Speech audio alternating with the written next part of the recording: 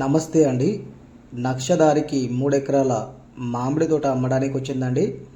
నక్షదారికి 3 ఎకరాల మామిడి తోట అమ్మడానికి వచ్చిందండి. డాంబర్ రోడ్ నుంచి చూసుకుంటే 800 మీటర్స్ లోపలికి ఉంటుంది. నక్షదారికి ఫస్ట్ పెట్టండి.